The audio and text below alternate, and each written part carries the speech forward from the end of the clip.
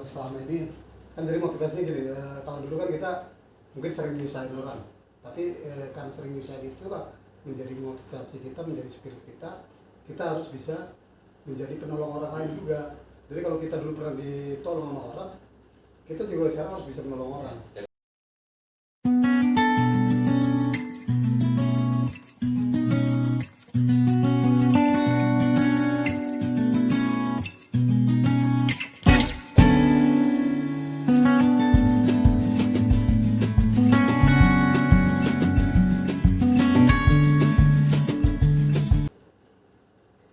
Assalamualaikum warahmatullahi wabarakatuh.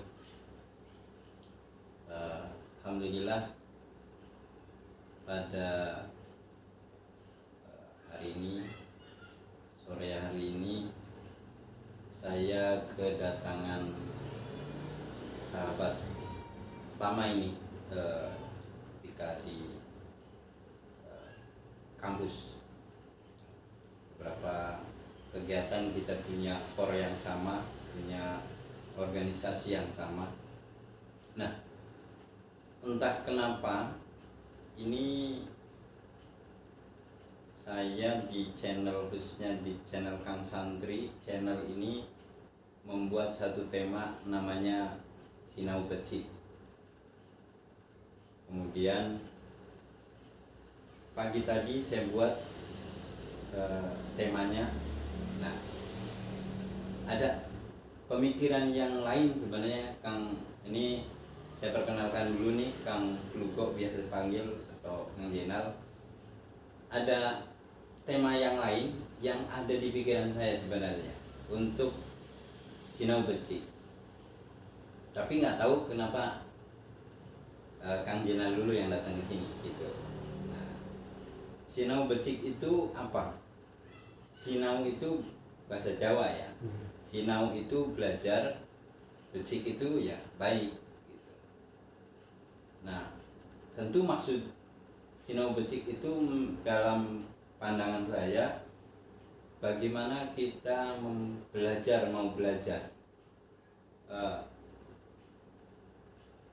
terhadap lingkungan maupun terhadap satu kejadian baik yang menimpa diri kita sendiri maupun ke orang lain, itu menjadi menambah baik kitanya gitu. Kita memandangnya dari sisi kacamata positif gitu. Nah, yang tidak baik pun kalau kita mengambil kacamata yang positif, nah ini menjadi positif juga gitu. Ini bincang-bincang santai tentunya, nanti nggak tahu di dalamnya apakah ada yang kita bisa petik hikmahnya dari Sinau Becik itu ya gitu. Nah, saya ini perkenalkan kembali Kang Duko. Ini dulu bareng nongkrong lah ya. Nongkrong, bahasa kita nongkrong kalau iya. kuliah dulu ya. Kuliah nongkrong. Tapi setelah beberapa tahun yang lalu itu berkeluarga, kemudian kita sudah lama nggak ketemu. Betul, kurang lebih sekitar 4 tahun, 5 tahun. 4 tahun. Nah, bisa diceritakan sekarang ini apa kegiatan Kang Jenal ini? Alhamdulillah kalau sekarang ini saya fokus ngajar ya, ngajar di kampus. Alhamdulillah segala sesuatu yang apa yang kita kerjakan sekarang hari ini maupun nanti ke depan ya kita alhamdulillah aja, kita syukurin aja, karena sesuatu itu nggak ada tidak ada tolak ukurnya ya. Jadi kalau kita mengharapkan sesuatu yang berlebihan, barangkali kalau Tuhan belum memberikan ya segitu juga gitu. Jadi alangkah baiknya kalau bagusnya kita syukurin. Jadi apapun yang kita kerjakan sekarang, ya udah itu mungkin yang menjadi awal perjalanan kita lah ya. Jadi kalau kita melakukan sesuatu, kalau kita awali dengan rasa syukur, insya Allah itu bisa menjadi nilai tambah. Karena itu ayatnya jelas ya kan. Kalau kita bersyukur, tentu nikmatnya ditambah. Lain syakatum lazidanakum indah jadi cadir. Begitu juga sebaliknya. Jadi kalau kita berkeluh kesah pun sama. Jadi diberikan juga, tetapi tambah susahnya. Susahnya aja. Jadi konsepnya gini, kalau menurut saya konsep syukur dengan mengeluh itu ya waktu dan energi yang kita buang sama, Ya. tetapi dampaknya itu berbeda Bang. Jadi kalau kita berpikir negatif, dampaknya bahkan 100 kali lebih negatif. Berbeda dengan kalau kita bersyukur. Artinya kalau kita menjalankan segala sesuatu dengan bismillah, bersyukur ya udah alhamdulillah kita jalanin aja apa yang bisa kita kerjain. Insya Allah kedepannya ada, dan itu udah saya sering rasakan, dan cuman mungkin saya kurang menyadari ya karena kita manusia biasa, mungkin banyak hilafnya dibanding sadarnya mungkin ya. Ya itulah maksudnya, akhirnya saya berpikir kesininya lebih berpikir positif. Apapun yang kita kerjain ya udah kita bersyukur, kita berburuk sangka terhadap Allah, berburuk sangka terhadap lingkungan, berburuk sangka terhadap teman-teman mungkin yang kenal saya sebelumnya ataupun baru kenal. Mudah-mudahan itu bisa menjadi energi positif. Berbaik sangka. Energi Nah kalau positif. saya kenal Kang Plugo ini, Kang Jenal ini memang di tongkrongan gitu. Dulu kepikir nggak sih jadi dosen gitu? Ya sebelumnya sih sebenarnya nggak kepikiran ya kalau lihat aktivitas. Jadi dulu kan kita gini loh, sebelumnya kan kita misalnya kita punya hobi di berkegiatan waktu di kampus itu, waktu masih jadi mahasiswa itu misalnya kita hobinya di bidang pecinta alam yang suka naik gunung. Itu tentunya kan dulu tentunya punya motivasi ya kan. Apa sih yang menjadi latar belakang motivasi saya sebelum saya masuk ke dunia pecinta alam itu? Yeah. Kalau saya dulu berpikirnya gini, saya senang banget dengan hobi naik gunung, karena naik gunung itu kan buat saya sesuatu yang wah gitu ya. Lagi dari keterbatasan kita, tapi kita bisa masuk ke lingkungan organisasi pecinta alam yang pada saat zaman saya dulu, organisasi pecinta alam itu kan sesuatu yang fenomenal dan juga bukan hanya jalan-jalan saja, tapi juga banyak pengalaman lain. Dan alhamdulillah selama saya berkegiatan di organisasi pecinta alam itu, saya banyak sekali dapat kesempatan ya. Jadi kesempatan kita keluar kota, keluar ini tanpa spesial peluang. Karena kita percaya bahwa dengan kita berkomunitas tentunya banyak jalan. Nah itulah mungkin yang menjadi motivasi saya. Nah dulu S1-nya di pendidikan? Bukan. Saya dulu S1-nya sebenarnya sastra. Nah, itu bukan mimpi ya, bukan mimpi saya. Sebenarnya saya nggak terlalu mahir, artinya paham sih enggak ya, tapi menurut saya nggak terlalu mahir di bidang sastra Arab. Cuma memang karena mungkin pada saat itu jurusan sastra Arab itu menjadi satu yang yang menarik juga buat saya, karena emang saya pada dasarnya suka dengan sastra, suka dengan bahasa. Tetapi saya tidak menyadari bahwa bahasa Arab itu sulit dibanding bahasa lain ya. Ternyata karena memang saya basicnya nggak dari nol lah bahasanya. Tapi S2-nya selesai ya? S2 alhamdulillah selesai, cuman saya ngambilnya pendidikan bahasa Arab. Keren. Dan itu sesuatu yang sangat baik nilainya ya. Betul. Karena orang belajar akan bermanfaat ketika dia bisa mengamalkan apa yang dipelajarinya. Betul. Mengamalkan itu termasuk juga mengajarkan ilmu itu kepada yang lain. Tentu kalau nggak bisa memahami atau mengamalkan, ya nggak bisa mengajarkan ke orang lain kan gitu kan. Itu apalagi di bidang bahasa. Betul. Nah kembali ke cerita tadi ke pencinta alam. Saya kan juga di pencinta alam kan sama betul, kita gitu. Saya punya hal yang menjadi pelajaran sebenarnya.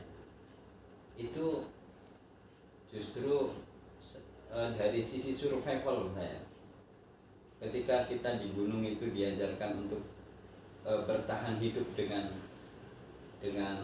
seadanya, itu bahkan kita nggak dikasih apa-apa. Kemudian di alam nyata di kehidupan kita itu justru ilmu itu yang saya pegang itu. Bagaimana saya bisa mencari solusi ketika tidak bisa makan. Ya artinya kan kalau sudah berkeluarga banyak hal ya bisa. Betul, ya. Yang tidak bisa makan itu artinya makan buat pribadi, makan buat keluarga, membayar ini, membayar itu. itu saja sebenarnya dari yang paling spesial lah gitu di organisasi pecinta alam ini. Saya pegang itu survival. Nah, kalau Bang Bulgo sendiri apa Bang Jenali? Ya, intinya sebenarnya gini ya, kalau saya pribadi betul, saya banyak hal ya kita pelajari di organisasi pecinta alam itu, salah satunya betul yang tadi disampaikan sama Kang Muslim ya, tentang survival itu. Artinya memang tanpa kita sadari kita belajar banyak hal di kehidupan nyata. Ilmu itu bisa kita manfaatkan, tapi memang terkadang kita lupa. Kesadaran itu terkadang namanya manusia ya, karena kita punya kemampuan, punya keahlian, tetapi karena apa ya, tingkat etos kerjanya kitanya kurang, atau mungkin kita dalam kondisi error lah mungkin, itu tidak kita sadari. Nah itu kan sebenarnya konsep dari ketidaksyukuran kita. Kalau karena kita tidak bersyukur, ada yang ada negatif kan, mungkin itu efeknya. Ya, dari sekian lama di Akademi Pecinta Alam di UIN itu yang spesial saya pegang itu aja. Karena kan kita hidup bukan hanya di satu lingkaran gitu. Dari sini saya ambil ininya, dari sini ininya ini gitu. Jadi itu melengkapi pribadi kita ini ketika menjadi seutuhnya sebagai pribadi kita ini. Kemudian kita disupport dengan pengetahuan gitu. Nah di pecinta alam saya ambil spesial survival. Makanya keyakinan itu kemudian meminimalisir kita berkeluh kesah dengan orang gitu. Itu yang sangat bermakna dan berharap buat saya.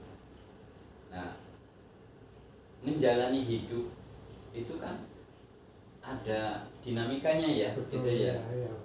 Dinamika yang kadang-kadang membuat kita memang merasa terdesak gitu.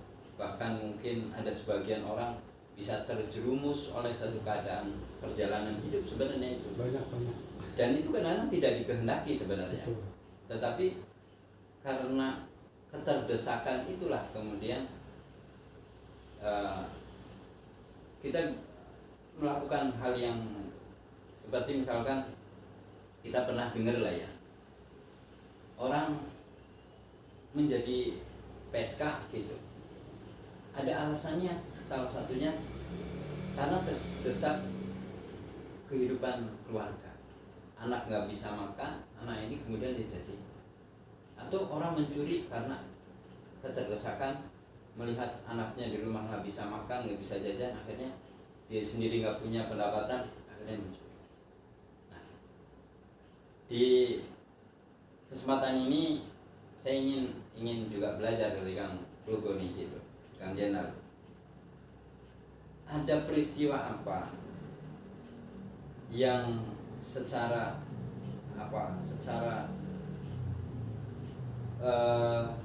peristiwa itu kemudian memberi kesan yang sangat dalam gitu kan, dan itu kemudian menjadi pelajaran yang baik gitu. Mungkin bisa sharing lah gitu. Itu kita tidak bercerita tentang gimana dan tapi ada hal-halnya itu yang paling penting. Kalau bicara pengalaman yang sangat berkesan ataupun menjadi semacam flashback saya lah ya, akan mengingat kembali perjalanan hidup saya dari mulai awal kuliah sampai saat ini sekarang ini. Ini sebenarnya ada satu pengalaman yang belum lama ini, dan itu sebenarnya kita tanpa kita sadari, artinya dalam hal kita bergaul dengan kawan-kawan ataupun dengan orang lain, itu ada hal-hal yang seharusnya sebagai manusia yang kita sadar betul tentang tentang adanya Tuhan. Seharusnya itu tidak boleh ya. Beda kalau konsepnya misalnya sharing, cuman kan lagi-lagi balik lagi ke orang. Jadi ini kan berkaitan tadi dengan topiknya adalah sinau becik ya kan, sinau becik. Jadi sinau becik itu kan kita belajar tentang sesuatu yang tentang kebaikan, tentang hal-hal positif. Jadi kan gitu Bang. Jadi ini pengalaman baru beberapa hari yang lalu lah ya. Jadi karena saya udah berapa tahun tidak bersilaturahim ke senior saya, ke teman-teman saya, ada satu momen yang saya tidak sangat-sangat, tapi saya sudah niatkan betul bahwa hari ini saya akan datang ke rumah salah satu kakak kita lah ya, yang karena kita anggap orang ini orang yang sangat berjasa buat kita, bukan hanya berjasa dalam hal apapun, dalam semua hal lah. Hampir beliau itu salah satu orang yang selalu memotivasi saya. Tapi saya tidak terpikir sedikit pun beliau akan memposisikan saya dalam kondisi tersebut ya. Artinya beliau memberikan motivasi, dorongan, dan itu secara langsung bang. Jadi awalnya kan saya tuh nggak pikir, saya tadinya kan mau sama kayak abang, saya main ke rumah abang, kita sharing, santai, relax, ngopi, ya kan.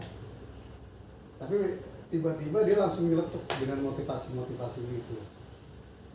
Dan satu hal yang saya ambil hikmahnya adalah ternyata selama saya bergaul dengan kawan-kawan ya kan, di dalam pergaulan pekerjaan maupun pergaulan organisasi dan sebagainya, itu saya terlalu sering berkeluh kesah. Artinya berkeluh kesah itu kan akhirnya memberikan dampak ya. Artinya untuk orang yang berpikir positif, kalau menurut tema hari ini kan kita harus berpikir belajar positif kan. Nah itu kalau dalam kondisi orang yang berpikir positif kan, dia akan memaknai kita dengan sesuatu yang positif. Tetapi malah kebanyakan juga ada orang juga yang tidak berpikir positif, aja dia berargumen dengan banyak pemikiran yang itu efeknya adalah bukan hanya untuk kita, tapi untuk semua itu mempengaruhi bang. Jadi pada dasarnya efeknya dua-duanya saling mempengaruhi. Artinya kita berpikir positif juga mempengaruhi banyak orang, kita berpikir negatif pun akan mempengaruhi banyak orang. Dan itu saya dapatkan, betul. Itu saya dapatkan di obrolan saya dengan salah satu senior itu. Akhirnya saya introspeksi, oh ternyata betul ya, ternyata selama ini saya banyak ngeluh. Jadi ketika ketemu kawan yang sebenarnya teman itu udah tahu kondisi kita, udah tahu, cuman karena kita motifnya berbeda ya, mungkin motif kita sebenarnya silaturahmi, cuma obrolan sebenarnya lagi-lagi obrolan lah. Jadi kalau kita bahasanya, kalau kita ketemu kawan, harusnya kan energi yang harus kita keluarkan dahulu adalah energi positif.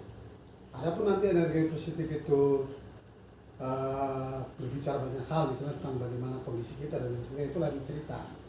Yang penting kita sudah memberikan kegembiraan dulu buat orang. Jadi kalau kita bertamu dalam artian kita datang ke rumah kawan, tapi muka kita udah mesem duluan, orang udah bisa menebak. Ini mau ngapain nih gitu ya? Mau ngapain nih? Ini kan ada motifnya gitu. Jadi kondisi kita itu mempengaruhi ucapan, sikap kan gitu ya. Nah kalau saya tangkap itu begini bang, bang Jenal. Bang Jenal ini ya seperti saya juga lah gitu, punya banyak komunitas. Betul. Nah, tentu di dalam komunikasi yang intens itu kemudian terbentuklah satu keakraban, satu hubungan emosional gitu. Nah disitulah kemudian tempat itu menjadi curahan hati. Betul. Atau kadang-kadang juga menjadi berbagi kabar gembira kan gitu. Nah, wajar memang ketika kita punya persoalan kemudian kita mencurahkan kepada komunitas yang memang sudah menjadi baik, artinya terbangun hubungan baik. Tapi tadi dikatakan Bang Jenal kan banyak lah ya gitu, artinya ketika sesuatu itu sering dilakukan, artinya sesuatu yang berlebihan pun akan berdampak pada keadaan negatif kan. Betul. Gitu ya gitu. Yang misalkan setiap orang itu punya rasa empati.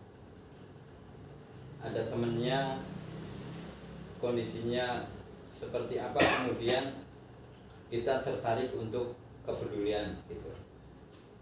Tapi ketika itu sering terjadi seperti itu, kemudian di sana dipengaruhi oleh keadaannya mereka juga. Betul. Gitu.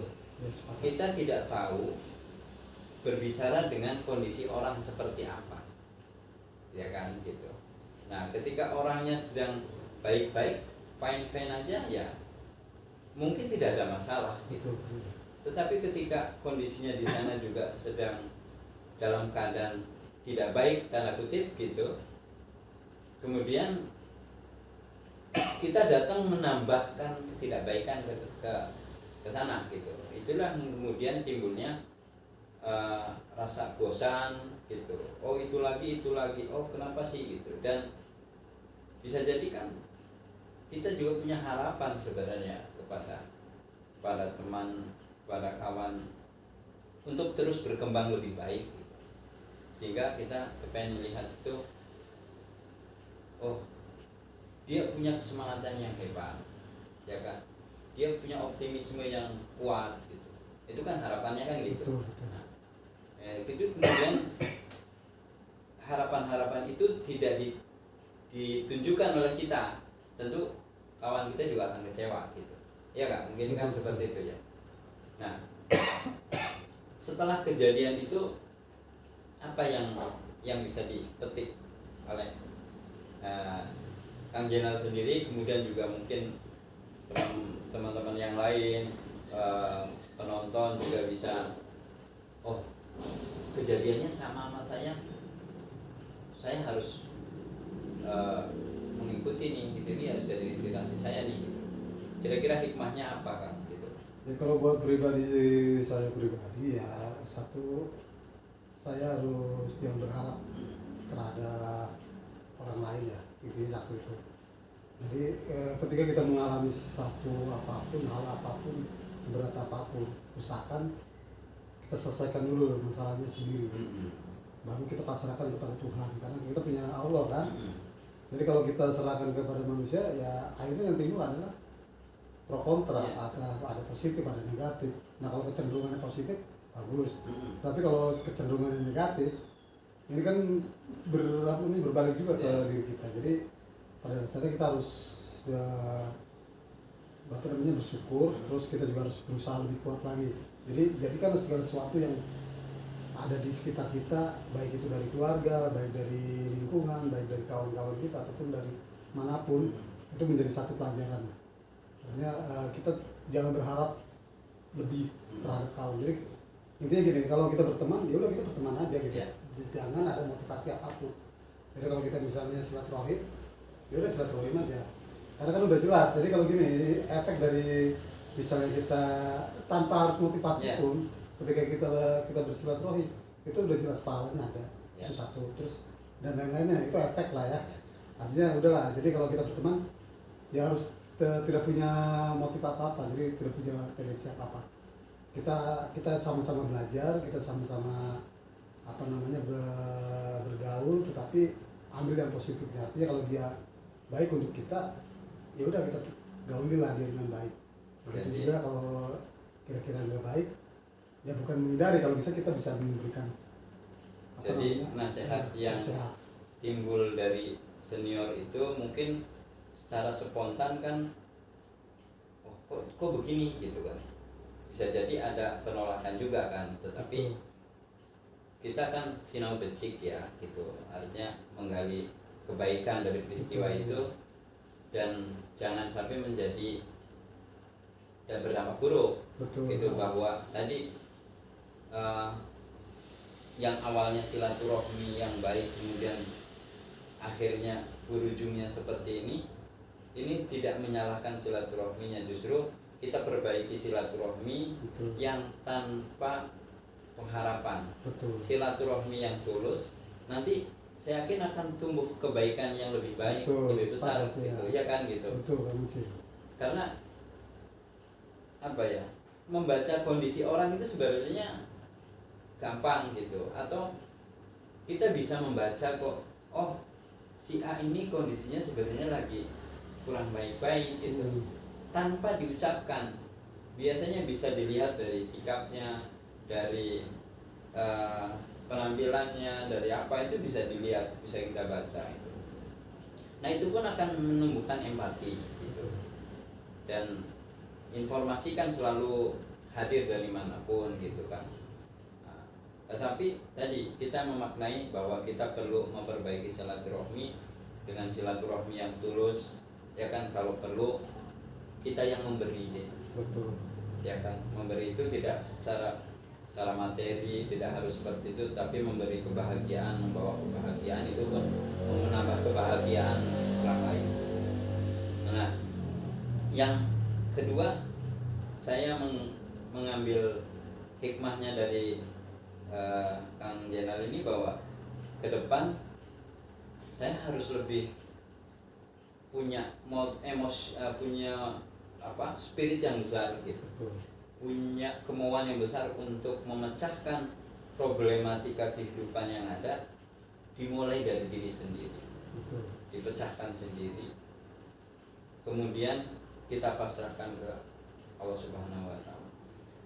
Tapi saya menambahkan satu hal, Kang, itu bahwa tidak ada salahnya kok kita cerita dengan orang, tapi ya mungkin kita perlu lihat situasinya, lihat kondisinya, kemudian kita juga perlu pilih-pilih. Karena ketika kita berkeluh kesah itu sebenarnya kita sedang membuka aib kita sendiri. Betul, betul. Sehingga kenapa di situ kita perlu pilih-pilih? Sekiranya kita cerita ke orang lain, itu orang lain tidak membuka apa yang kita ceritakan ke dia gitu. Nah, itu yang perlu, yang saya tambahkan lah satu hal gitu. Jadi menurut saya sudah baik tadi itu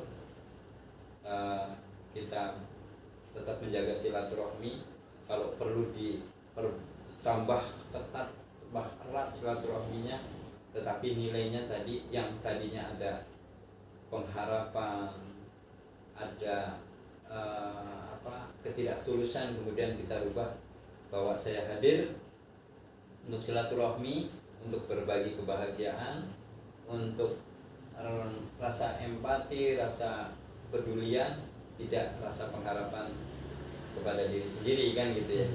Nah, Itu ya, artinya tetap dijaga yang silaturahminya gitu.